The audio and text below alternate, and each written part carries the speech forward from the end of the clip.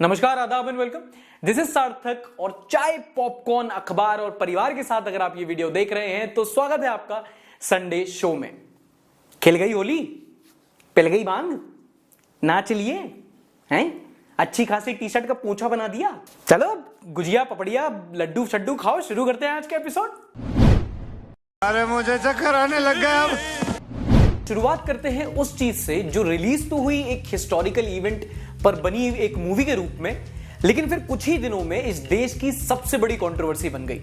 अगर आपने अभी तक कश्मीर फाइल्स के बारे में नहीं सुना है तो पहली बात तो किस गुफा में हो तुम, बाहर निकलो उससे। इस मूवी ने रिलीज होने के बाद थिएटर्स के अंदर और बाहर तहलका मचा दिया है, कई रिकॉर्ड्स तोड़ दिए हैं। मतलब आज की डेट में हालत यह है कि आपको इलेक्शन का टिकट मिल सकता है, लेकिन कश्मीर फाइल्स का टिकट नो चांस। जो आप सोचो वो हो चुका है। प्रधानमंत्री ने इस मूवी की तारीफ की है, साथ में जो मूवीज रिलीज हुई थी वो पोस्टपोन हो चुकी हैं, फिर उसके बाद कई सारे स्टेट्स में मूवी टैक्स फ्री हो चुकी है। असम में तो सरकार ने छुट्टी दी है लोगों को ताकि आप ये मूवी देख के जाओ। इनफैक्ट इस मूवी के जो निर्माता हैं विवेक अग्निहोत्री, कंट्रोवर्सी के बाद उन्हें वाई लेवल सिक्योरिटी तक दे दी गई है। Now before we come to the specifics और द कंट्रोवर्सी, जहां तक बात है कश्मीरी पंडितों के केस को उजागर करने की, उनकी दर्द की कहानी बयां करने की, this movie has done a brilliant job. जो उसकी स्टोरी टेलिंग है, जो उसकी एक्टिंग है, वो काफी कंपेलिंग है। कॉन्स की बात करें तो शायद इसकी थोड़ी सिनेमाटोग्राफी बेटर हो सकती थी, but again that's not my expertise. उसके लिए आप फिल्मी कूड़ी देखो, मैं तो न्यूज कूड़ा हूं। इस मूवी पर जो क्रिटिसिज्म है वो 2 पॉइंट्स को लेकर उठ रहा है मेनली, इस्लामोफोबिया एंड प्रोपेगेंडा। जहां तक बात रहे इस्लामोफोबिया की, तो मैं इस मूवी को देखने के लिए अपने 2 मुस्लिम समुदाय के दोस्तों के साथ गया था। मैंने उनसे पूछा कि आपको लगा कि इस मूवी में इस्लामोफोबिया था, तो उसमें से एक का जवाब था हाँ और दूसरे का जवाब था नहीं। मेरा सिंपल था, जो पॉपकॉर्न खिलाएगा मैं उसकी तरफ। दोनों नहीं खिलाए। ऑन अ सीरियस नोट, मुझे नहीं लगता कि इस मूवी में कहीं इस्लामोफोबिया था, और ना ही अभी तक कोई इस बात का कोई ठोस आर्ग्यूमेंट दे पाया है मूवी के खिलाफ। अब आते हैं दूसरे पॉइंट यानी कि प्रोपेगेंडा की तरफ, जिस पर सवाल उठना काफी ज्यादा लाजमी है, क्योंकि इस मूवी के जो पात्र हैं वो हाल ही में पॉलिटिकली काफी ज्यादा एक्टिव रहे हैं। अनुपम खेर की जो वाइफ है किरण खेर, वो बीजेपी से एमपी रही है। जी स्टूडियोज के सुभाष चंद्र भी बीजेपी से एमपी हैं। मिथुन चक्रवर्ती ने तो बीजेपी के लिए प्रचार भी किया था। तो मूवी में प्रोपेगेंडा है या नहीं, ये आप खुद जाके डिसाइड करें, खुद देखने के बाद डिसाइड करें, पर सवाल बेतुके नहीं है। तो असल में मूवी में क्या है ये मैं सजेस्ट करूंगा कि आप खुद मूवी देखकर अपना ओपिनियन बनाओ। वो कहते हैं ना, डोंट कवर अ जज bye it's book, don't book अ जज बाय इट्स, नहीं, डोंट जज a book by its cover. माफ करना, मैं गुस्से में इधर उधर निकल जाता हूँ। अगली कंट्रोवर्सी भी के से ही स्टार्ट होती है। आपको हिजाब वाली कंट्रोवर्सी याद है कर्नाटका की? हाँ, भूल भी नहीं सकते, पॉलिटिक्स वाले भूलने नहीं देंगे। ये मुद्दा नोकिया 3310 की बैटरी की तरह हो गया है, खत्म होने का नाम ही नहीं ले रहा। इस हफ्ते कर्नाटका हाई कोर्ट का इस केस पर जजमेंट आया है, जिसमें कोर्ट ने राज्य सरकारों के 5 फरवरी को दिए गए आदेश को सही बताया है, जिसमें सरकारी कॉलेजेस में यूनिफॉर्म के चलते हिजाब पर रिस्ट्रिक्शन लगाई गई थी। और तो और अपने 130 पेज के फैसले में कोर्ट ने कहा है कि हिजाब पहनना इस्लाम धर्म की एक एसेंशियल प्रैक्टिस नहीं है। इस फैसले के आने के बाद देशवासी अपनी फेवरेट हॉबी करते देखे गए हैं, यानी कि अगेन 2 हिस्सों में बंट चुके हैं। जजमेंट के आने के बाद कुछ पिटिशनर जो स्टूडेंट्स थी, उन्होंने सुप्रीम कोर्ट में इस फैसले को चैलेंज भी किया है। एंड अगेन पूरा मसला क्या है, कहां से शुरुआत हुई थी, ये जानने के लिए आप ये वाली वीडियो देख सकते हैं।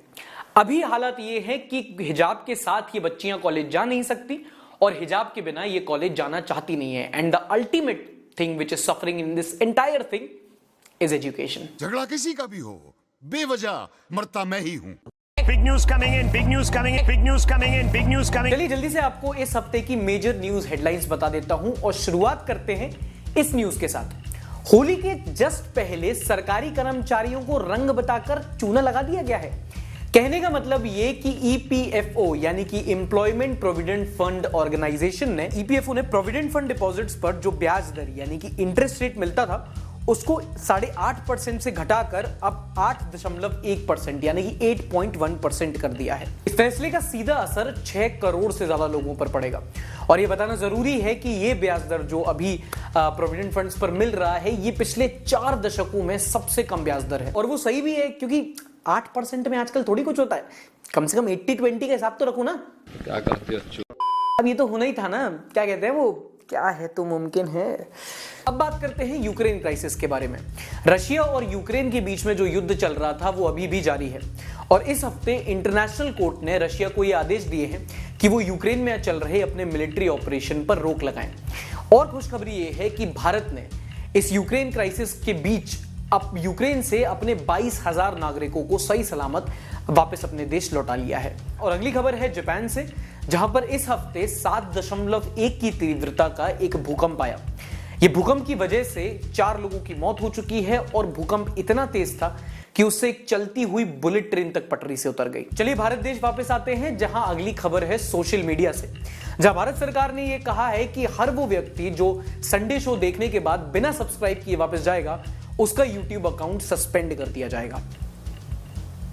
God promise. लो ना, विश्वास ही नहीं हो रहा, जाओ बिना सब्सक्राइब किए ना, यूट्यूब सस्पेंड हो गया तो मेरा नाम बदल देना। चलिए अगली खबर है कोविड से रिलेटेड।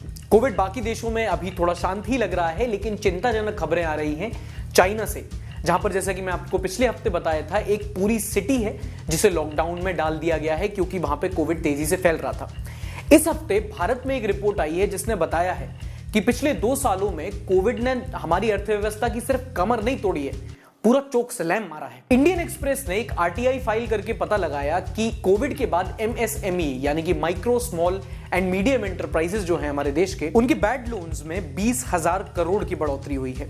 यानी कि ये वो व्यापार हैं जो नुकसान की वजह से अपना कर्ज नहीं चुका पाए और अल्टीमेटली नॉन प्रॉफिट एसेट्स बन चुके हैं। अगली खबर बताने से पहले मैं आपको सजेस्ट करूंगा कि आप रो लो, चूड़ियां तोड़ लो, हाय हाय मचा लो, क्योंकि बैचलर्स के पेट पे लात पड़ने वाली है। गौरतलब है कि नेस्ले और HUL यानी कि हिंदुस्तान यूनिवर लिमिटेड, ये 2 कंपनीज हैं जो अपने प्रोडक्ट्स के दाम 9% से 16% के बीच में बढ़ाने जा रही हैं, जिसके बाद चाय, कॉफी और मैगी जैसे प्रोडक्ट्स महंगे हो जाएंगे। देखो, as a bachelor myself मैं आपको ये सजेशन देना चाहूंगा कि आप थोड़ा सा मैगी से दूर रहो, क्योंकि किसान आंदोलन, डॉक्टर आंदोलन, स्टूडेंट आंदोलन आपने झेल लिया, बैचलर्स ने आंदोलन कर दिया ना, आप झेल नहीं पाओगे। रात भर चौकी के बाहर धरना देंगे, चाय पियेंगे और चीनी भी थानेदार से मांगेंगे। अगली खबर थोड़ा ध्यान से सुनिएगा।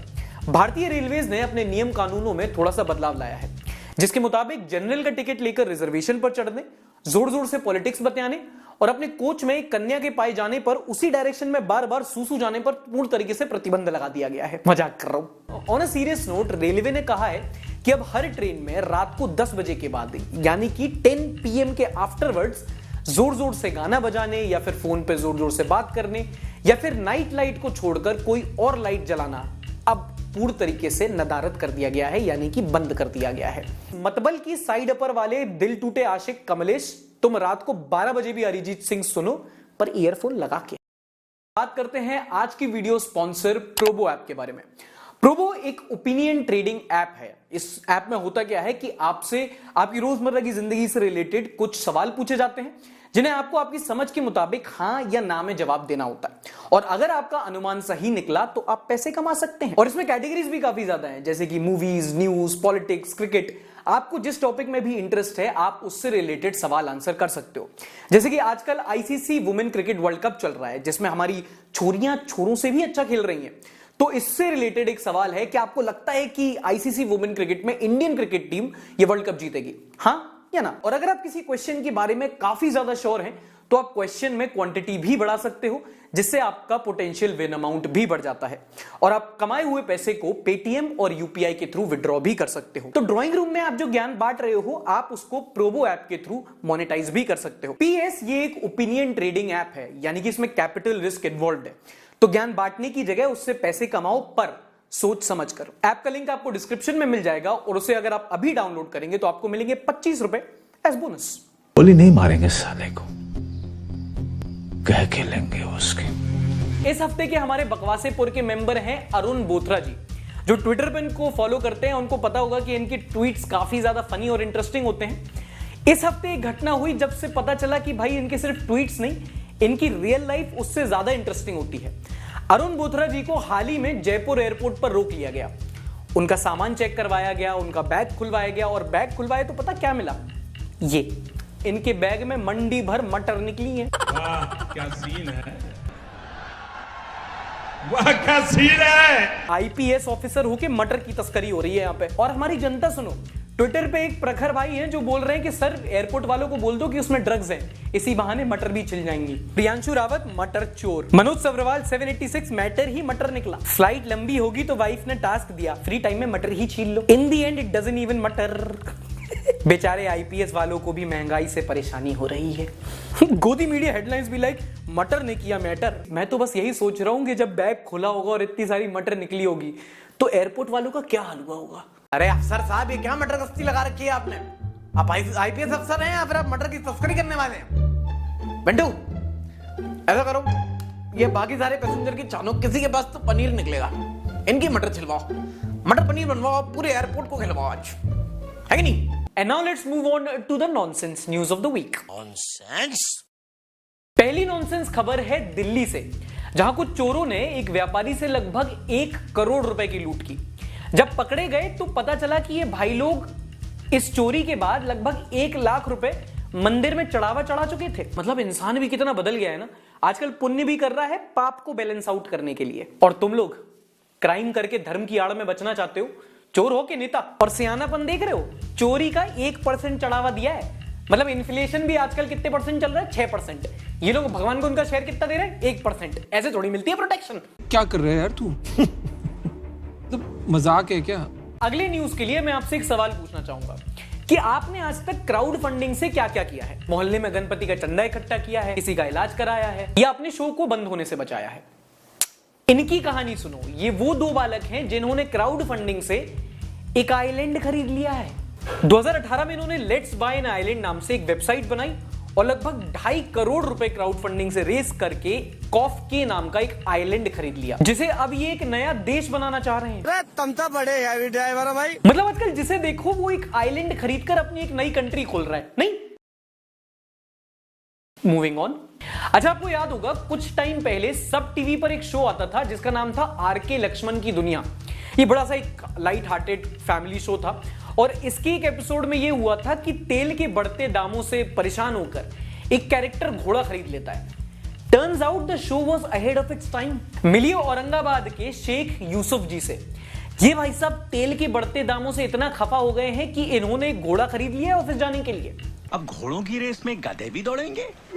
शेख भाई एक बात बताओ, पेट्रोल के दाम बढ़ रहे थे तो आपने घोड़ा खरीद लिया, ये चना खाता है, अंडरस्टैंडेबल, बट मेरे एक सवाल का जवाब दो, पेट्रोल महंगा है तो चने कौन से सस्ते हैं? मतलब ये क्या हेरा फेरी चल रही है?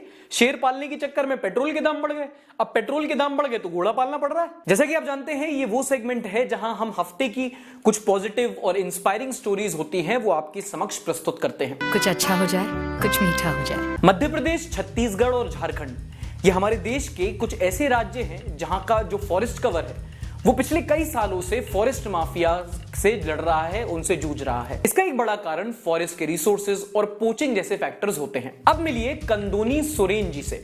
ये जमशेदपुर पुलिस के साथ एक फॉरेस्ट गार्ड की नौकरी करती हैं, लेकिन इनका काम ऐसा है कि इन्हें लोग प्यार से जंगल की शेरनी भी बोलते हैं, क्योंकि ये लगभग 40 महिलाओं की मदद से सरक घुटू गांव में लगभग 100 हेक्टेयर जंगल की खुद रखवाली करती हैं। कंदोनी जी ने कहा है कि इसका कारण ये है कि क्योंकि जंगल माफिया की वजह से बड़े स्केल पर डिफॉरेस्टेशन होता है, जिससे जंगल के वाइल्ड लाइफ, उसके इकोसिस्टम, फॉरेस्ट कवर और वहां के रेनफॉल पर काफी ज्यादा असर पड़ता है। देखिए, हमारा वही देश है जहां सेटमैक्स पर अगर सबसे ज्यादा कोई मूवी चलती है तो वो चलती है बागबान, जो कि सही भी है क्योंकि आए दिन हम ऐसी कई सारी स्टोरी सुनते हैं जहां पर जो बेटे बेटियां होती हैं वो अपने माँ बाप को अपने घर से निकाल देते हैं। ऐसे ही में आज की पॉजिटिव न्यूज की केस स्टडी है तमिलनाडु में रहने वाले एक कपल की, एन रामामूर्ति और राजेश्वरी जी।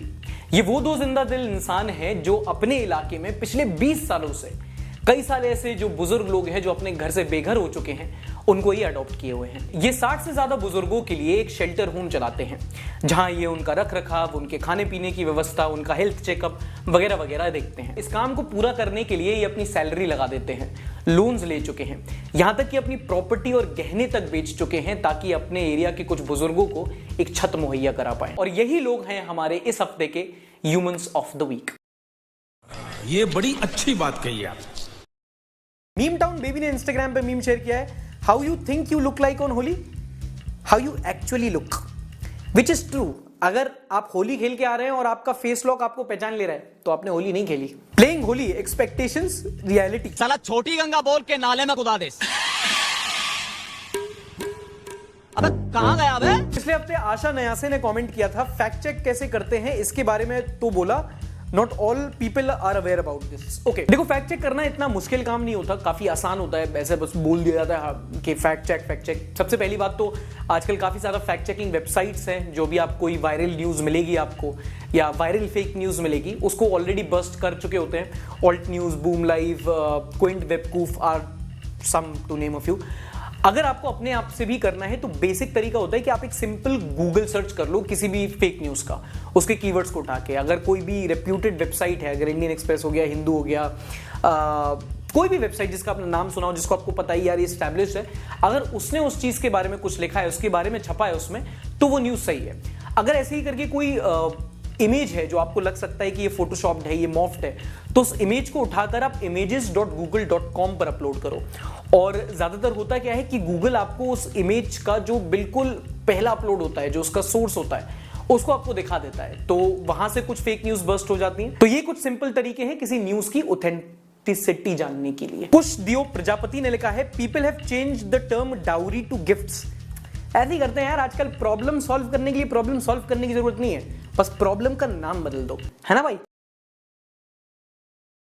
सॉरी। इमरान ने लिखा है, Sunday show is most awaited for me and my wife, we watch it every time remotely together and enjoy it a lot. Thanks, thank you Imran भाई। मतलब मैं थर्ड व्हीलिंग बहुत अच्छी कर लेता हूँ, मेरे कुछ दोस्त मुझे प्यार से ऑटो भी बुलाते हैं। एजेंट पी ने लिखा है, when I was in Lucknow I came to realise that the bride family gets more offended if the groom refuse to receive dowry.